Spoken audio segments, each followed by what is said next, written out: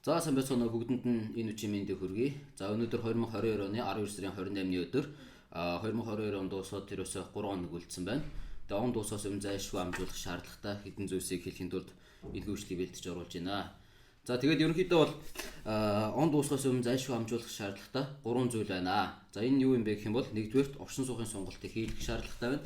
Хоёрдугаар их сургуулийн бүртгэл хийлгэж байгаа бол амжиж бүртгүүлж авах шаардлагатай байна.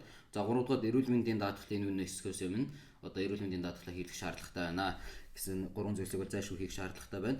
За нэгдүгээр хүмүүс бүгд орчин суугаа гаргаад одоо энэ арын хуудсан дээр нь дуусах он сар өдөр бол бичээтэй байгаа. Он сар өдрийг хараарай. Тэр орчин суугч нь дуусах он сар өдрөөс 60 хоног одоо баг үлдсэн байвал он гарахаас өмнө орчин суугын сонголтын цагаа зайлшгүй аваарай гэж зөвлөмөр байна. Яагаад вэ гэх юм бол он гараад маш их зүйлсэд юу ирж байгаа. Одоо үнийн нэмэгдлүүд ирж байгаа. Картны хураамж нэмэгдэнэ, визний хураамж нэмэгдэнэ, эрүүл мэндийн даатгал нэмэгдэнэ.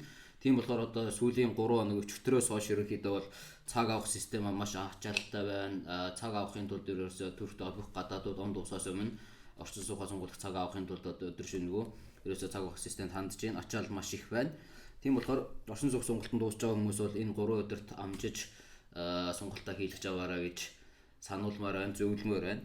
За их сургуулийн бүртгэл бас одоо ингээд 22 онд дуусаад ерөнхийдөө бол энэ улирлын бүртгэлүүдийнх нь бол хаагдж байна. Стамбулд одоо байсан хямдхан боломжийн их сургуулиуд бол ерөнхийдөө энэ 5 дахь өдрөөр ороод бүртгэл нь дуусгар болж байна.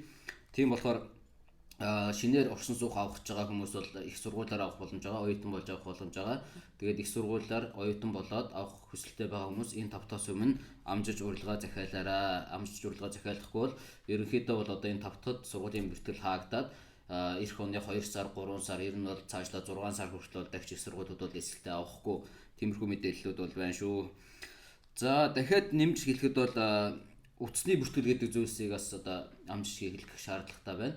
Утасны бүртгэл маань яагаад вэ гэх юм бол 2735 лира байгаа одоогийн байдлаар улсад төлөх татвар нь. За тэгээд энэ 2735 лира маань он гараад 6000 лира болох тийм төлөвтэй байгаа болохоор ер нь гадаадаас оруулж ирсэн утастай байгаа хүмүүс энэ ондоо багтаж утасны бүртгэлийг хийлгэж аваарай. Одоо ерөнхийдөө бол 3 хоног үлдсэн байна. Ер нь e-devlet систем, за тэгээд дээрэс нь гүйчи дараагийн систем, бүх системүүд маш ачаалттай ажиллаж байна. Энэ сүүлийн 2-3 хоногт бол эртхэн хүсэлтэд илгээгээд эртхэн ажил амж чадахгүй бол сүүлийн өдрүүдэд бараг систем огт ажиллахгүй болох эрсдэл бол байна шүү. За мөн хаягийн бүртгэл байна. Хаягийн бүртгэлээр бол өнгөрсөн 7 хоногийн одоо 12 сарын 21-ээс хойш нэлээд өөрчлөлтүүд гарлаа. Хаягийн бүртгэлийг хийхэд бол зайлшгүй өөрийн нэр дээр патура, өөрийн нэр дээр кира контракт гэх мэт зүйлсийг давхар хүсэж байна. Тэгээд мөн зөвхөн хаягийн бүртгэлийн хажууд патура, кира контракт мөн цуг амьдрэх хүнээс нь батлан даах гэх мэт зүйлсийг бол одоо хүсэж ирсэн байгаа. Энэ манаас нэлээд одоо хэцүү үе шатыг эхлүүлж байна. Ер нь бол ерөнхийдөө орчин суух сонгох үйл явцад.